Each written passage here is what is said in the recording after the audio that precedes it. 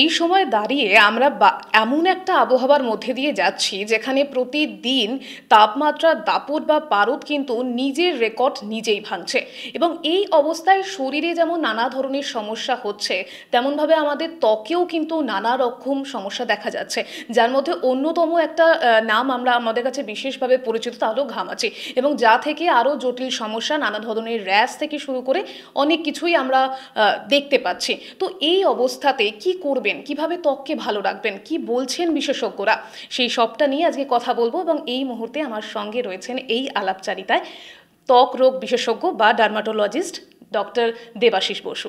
প্রথমেই আপনাকে এস নিউজের পর্দায় স্বাগত। আমি বলছিলাম যে এতটা গরম, সেখানে শরীর তো খারাপ হচ্ছেই, এবং তার সাথে সাথে আমরা ত্বকের খেয়ালটাও তো রাখতে চাই। এবং এই যে গরমের এত তাপমাত্রা প্রতিদিন পারদ চড়ছে, আপনারা কি কি ধরনের সমস্যা মূলত দেখতে পাচ্ছেন এই মুহূর্তে দাঁড়িয়ে? যদি আমরা শরীরের বিভিন্ন প্রত্যঙ্গের কথা ভাবি, যেগুলোকে ইংরেজিতে বলা হয় বা পারিভাষিক শব্দ হচ্ছে ভিসকাস, বহু বচনটা আপনারা সবাই জানেন ভিসেরা। শরীরের সবচেয়ে বড় ভিসকাস হচ্ছে ত্বক। যদি যে কোনো মানবদেহের সমস্ত ত্বকটা আমরা ছাড়িয়ে ফেলি এবং সেটার পরিমাপ নিই এবং ওজন করি, তাহলে দেখা যাবে সেটা যে কোনো প্রত্যঙ্গের চেয়ে বেশি। সেই জন্য ত্বক এত গুরুত্বপূর্ণ।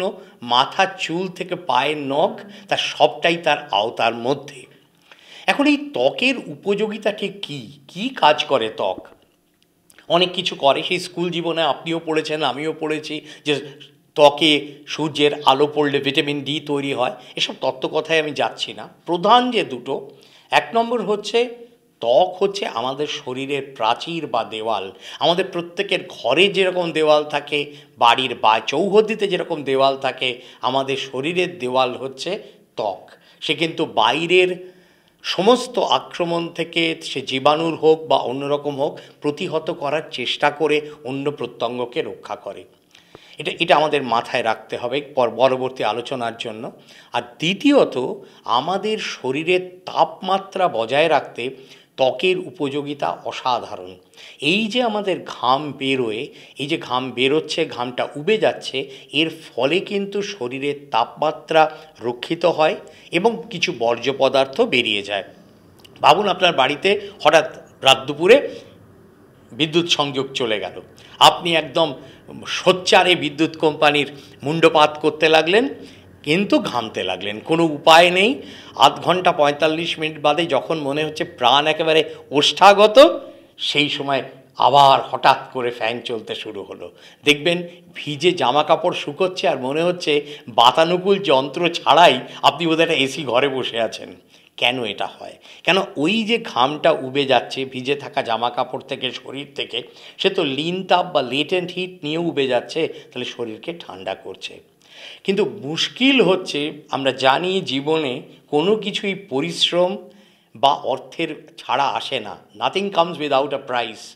এই যে আমাদের শরীর থেকে বর্জ্য পদার্থ বেরিয়ে যাচ্ছে, ঘাম দিয়ে বেরিয়ে যাচ্ছে, এই ঘাম উবে যাচ্ছে, উবে যাওয়ার পর কী হচ্ছে? ধরুন আপনি খানিকটা লবণ জল এই টেবিলটার উপর ফেলে দিলেন, খানিকক্ষণ বাদে জলটা উবে যাবে, কিন্তু কিরকিরে লবণের আস্তরণটা পড়ে থাকবে। ঠিক তাই হয়, ঘাম উবে গেলে দেখবেন আপনি অনুভব করতে পারবেন কী যেন একটা লেগে আছে নিজের ত্বকের উপরে। এই যে লবণ, এই যে বর্জ্য পদার্থ, তারা লোমকূপের মুখগুলো বন্ধ করে দেয়। তাহলে পরবর্তী ঘামটা আর বেরোতে পারছে না। তাহলে ক্রমশ যে প্রণালী দিয়ে ঘাম বেরিয়ে আসছিল, যে সোয়েট ডাক্ট দিয়ে বেরিয়ে আসছিল, যে পাইপের মতো জায়গা দিয়ে বেরিয়ে আসছিল, তার মধ্যে চাপ বাড়ছে, শেষ পর্যন্ত সেটা ফেটে যাচ্ছে এবং সেখানে জল সঞ্চিত হচ্ছে। যারা আর্থিকভাবে পশ্চাৎপর, সামাজিকভাবে হতভাগ্য, দেখবেন তারা রাস্তায় যারা থাকেন, তারা দেখবেন ওই যে কোনো মুদ্রা দিয়ে, আগে এখন তো খুচরো পয়সা উঠেই গেছে, ধরুন ১ টাকা ২ টাকার মুদ্রা দিয়ে ওগুলো ফাটাচ্ছেন। কেন ফাটাতে বেশ মজা লাগে, চুলকানিটা কমে, জলটা বেরিয়ে যায়। বলা বাহুল্য এটা করবেন না, কারণ এটা করলে যেটা হবে, সংক্রমণের সম্ভাবনা বেরিয়ে যাবে, আপনি এটা ক্ষত তৈরি করছেন। তাহলে আমরা যদি ওই পয়সা দিয়ে না ফাটাতে চাই, আমরা যদি চাই যে ঘর্মগ্রন্থিগুলো খোলা থাক, যেগুলোকে আমরা ঘামাচি বলি, এবং কখনো সেটা চাক বেঁধে গিয়ে দেখবেন একটা লাল আকার নেয়, ভয়াবহ, বিশেষত শিশুদের ক্ষেত্রে। এবং এখন জানেন আপনারা, শিশুদের মধ্যে ওজন একটা সমস্যা হয়ে দাঁড়িয়েছে, কারণ যেহেতু বাইরের খাবার, টিনের খাবার খাওয়ার ফলে obesity is now a problem, মানে বাচ্চাদের মধ্যেও দেখা যাচ্ছে তারা ওজন বেড়ে যাচ্ছে, তাদের মধ্যে পুরো চাক বেঁধে যাচ্ছে এগুলো। এবং বাবা মা দৌড়েছে বলছেন এটা কী হলো, এত লাল হয়ে গেল, এত চুলকাচ্ছে বাচ্চা, রাতে ঘুমোতে পারছে না, আমরাও ঘুমোতে পারছি না। কি করবো এগুলো এড়াতে? প্রথম কথা হচ্ছে কি বেরিয়ে যাচ্ছে শরীর থেকে? বেরিয়ে যাচ্ছে জল। তাহলে যথেষ্ট পরিমাণে জল খাওয়া খুব দরকার। মনে রাখতে হবে আজকাল ডিহাইড্রেশন শব্দটা আমরা খুব ব্যবহার করি, কিন্তু আমরা নিজেরা জ্ঞানত ঠিকভাবে জল পরিপূরণ করি না শরীরের, এই ভুলটা যেন না হয়। দ্বিতীয়ত লবণও বেরিয়ে যাচ্ছে শরীর থেকে, যার জন্য দেখবেন দীর্ঘ সময় হয়তো বাস বা ট্রেনের জন্য আপনি দাঁড়িয়ে আছেন, অপেক্ষা করছেন, শরীর থেকে প্রচুর লবণ বেরিয়ে গেল, মাথা ঝিমঝিম করছে, কেননা আপনার শরীর থেকে যে লবণ বেরিয়ে যাচ্ছে সেটা পরিপূরণ হচ্ছে না। যাদের বৃক্ক বা কিডনির সমস্যা নেই, যাদের রক্তচাপ বা হাইপারটেনশন নেই, যাদের ডায়াবেটিস বা মধুমেহ নেই, তারা ওআরএস খেলে উপকৃত হবেন, কেন তাহলে এগুলো পরিপূরণ হয়ে যাবে। কাজে এটা একটা দিক খুব জরুরি। দুই হচ্ছে ঘাম বেরোচ্ছে মানে আপনার শরীরে আস্তরণ পড়ে যাচ্ছে লবণের, সেটা এড়াতে কি করবেন? একবার তো বটেই, একাধিকবার পারলে সাবান দিয়ে স্নান করুন যাতে লোমকূপের মুখগুলো খুলে যায়। 3, সুতির জামা কাপড় পরুন, কারণ সুতির জামা কাপড় আমাদের যেরকম আবহাওয়ায় আমরা বসবাস করি, যদিও এখন যেটা হচ্ছে সেটা ব্যতিক্রমী, কিন্তু মোটামুটি কম বেশি গরম তো থাকেই। হ্যাঁ, মানে এখন তো ক্রমশ শীত কমে আসছে, হয়তো 15ই ডিসেম্বর থেকে 15ই জানুয়ারি সত্যিকারের শীত আমরা অনুভব করি, তার বেশি শীত এই শহর কলকাতায় তো আমরা অনুভব করি না। তো আমাদের যেটা করা উচিত, হালকা সুতির জামা কাপড় পরবো, তাহলে ঘামের উৎপাদনও কম হবে, যে ঘামটা বেরোচ্ছে কিছুটা জামা শুষে নেবে, যেটা টেরিকট বা পলিয়েস্টার বা রেশমের জামা করবে না, এবং শুষে নিলে খানিকটা লবণ খানিক চলে গেল তো শরীর থেকে, এবং সেগুলো কিন্তু প্রতিদিন কেচে দিতে হবে, কেন যদি লবণ শুদ্ধ জামা আমি পরের দিন আবার পরি তাহলে উপকারের বদলে অপকার হয়ে গেল। 4, আমরা গা মুছবো কী দিয়ে? ভারী মোটা তোয়ালের চেয়ে একটু না হয় আমরা গ্রাম্য হয়ে যাই, একটু না হয় আমাদের আত্মম্ভরিতা বা ইগোকে ঝেড়ে ফেলে আমরা না হয় গ্রামের মানুষের মতো পাতলা গামছা ব্যবহার করি, তাহলে গা মুছলাম, ভালো করে কেচে নিংড়ে রোদে মেলে দিলাম, খটখটে হয়ে শুকিয়ে গেল, যদি বা কিছু লবণ থেকেও থাকে সেটা ঝরে পড়ে যাবে, এবং সেটা পারলে সপ্তাহে একবার আমরা গরম জলে সিদ্ধ করব। কাচতে হবে রোজই, এবং পাতলা যত হালকা হবে তত ভালো। এরপর বলেছি যে জল প্রচুর পরিমাণে খাবেন, কালো ছাতা ছাড়া রোদে যাবেন না, কারণ সরাসরি রোদ পড়লে কষ্ট বাড়বে। শুধু যে ঘাম বেশি হবে এমনটা নয়, শুধু যে লবণ ত্বকে জমবে এমনটা নয়, তার সঙ্গে আপনারা জানেন যে রোদ পড়লে চামড়া ত্বক পুড়েও যায়, সেটাও ঘটবে। তো ফলে কালো ছাতা যদি রুপোলি লাইনিং থাকে তাহলে খুবই ভালো। দুর্ভাগ্যের বিষয় নিশ্চয়ই আমার যে কৃষিজীবী ভাইয়েরা বা বোনেরা মাঠে কাজ করছেন তাদের এই কথা বলতে পারবো না, যারা কারখানার মধ্যে ওয়েল্ডিংয়ের কাজ করছেন বা অন্য ধরনের কারখানায় কাজ করছেন তাদের বলতে পারবো না, তাদের সঙ্গে আমি সহমর্মিতা জ্ঞাপন করতে পারি, কিন্তু এটা তো পেশাগত সমস্যা, সবসময় পেশাগত সমস্যার সমাধান করা যায় না। একটা উদাহরণ দিলে বুঝবেন, যে যারা কাপড় কাচেন তারা মাঝে মাঝে আমাদের কাছে এসে বলেন যে হাতে হাজা হচ্ছে সারিয়ে দিন, ধোবার হাজা সারানো যায় না, কেন এটা তো একটা পেশাগত সমস্যা, কিভাবে সারাবো? তো যতটা সম্ভব সরাসরি সূর্যের আলো, সূর্যের আলো এড়িয়ে চলুন। আর একটা ভুল করবেন না, সেটা প্রথমেই বলেছি, যে পাউডার লাগাবেন না, কারণ পাউডার লাগালে কিন্তু ভালো লাগে, ঠান্ডা লাগে, কিছু পাউডারে এমন জিনিস আছে ঘষলে আবার ওই ঘামাচির যে ছোটো ছোটো ফোসকার মতো দানাগুলো সেগুলো ফেটে যায়, কিন্তু আখেরে অসুবিধা হয়, কেন আরও লোমকূপ বন্ধ হয়ে যায়। এই কটা জিনিস কিন্তু মেনে চললে দেখবেন অনেকটাই এড়ানো যাবে। তবে প্রকৃতির উপর তো খোদকারি করা যায় না, আমি নিশ্চয়ই বলবো না যে 100% ভালো হয়ে যাবে, একদমই হবে না, সেটা করা যায় না, কিন্তু অনেকটাই স্বাচ্ছন্দ্যে থাকবেন। এবং এখানেই আমাদের সাবধানতা বা সতর্ক হওয়ার জায়গাটা।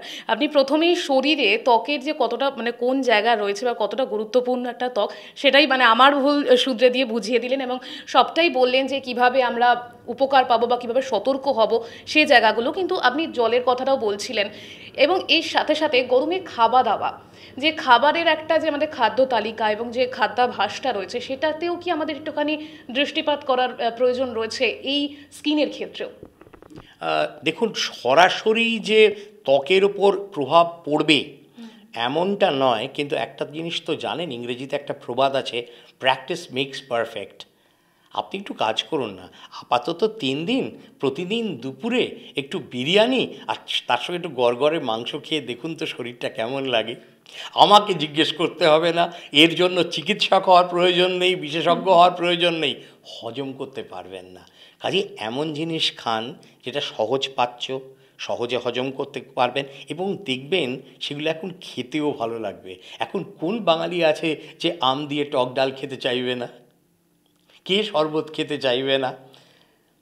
ফলে এই ধরনের জিনিস খান যেটা মুখেও ভালো লাগবে, আবার শরীরের পক্ষেও ভালো। গাজোয়ারি শরীরের ওপর চলে না। আমাদের ছোটোবেলায় একটা প্রবাদ খুব চালু ছিল, শরীরের নাম মহাশয়, যা স্বভাবে তাই সয়। এর চেয়ে বড় মিথ্যে আর কিছু হয় না। শরীরকে আপনি অত্যাচার করতেই পারেন, নেশা করতে পারেন, খাদ্যাভ্যাস খারাপ করতে পারেন, কিন্তু যখন প্রতিশোধ নেবে শরীর, তখন কিন্তু সামলাতে পারবেন না। খুব সাবধান। একদম একদম।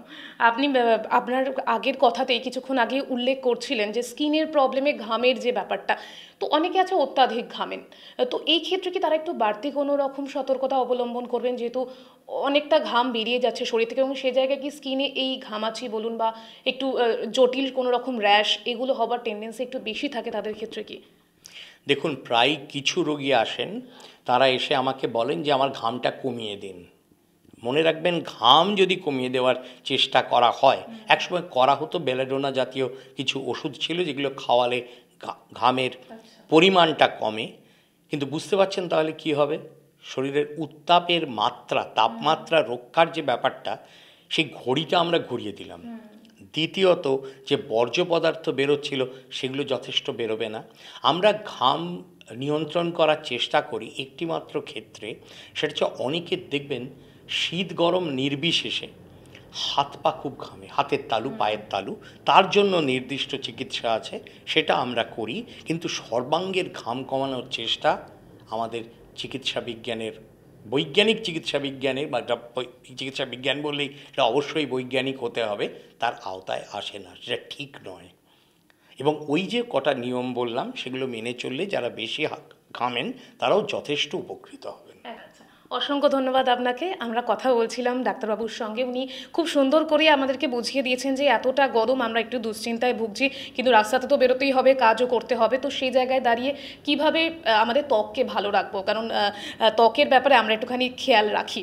তো ডাক্তারবাবু বললেন যে যে যে জায়গাগুলো বললেন সে ব্যাপারে সতর্ক হন, তাহলেই সুস্থ থাকতে পারবেন, কোনো রকম বাড়তি চিন্তারও প্রয়োজন পড়বে না। ক্যামেরায় চিরঞ্জিতের সাথে রিয়ার রিপোর্ট, এস নিউজ।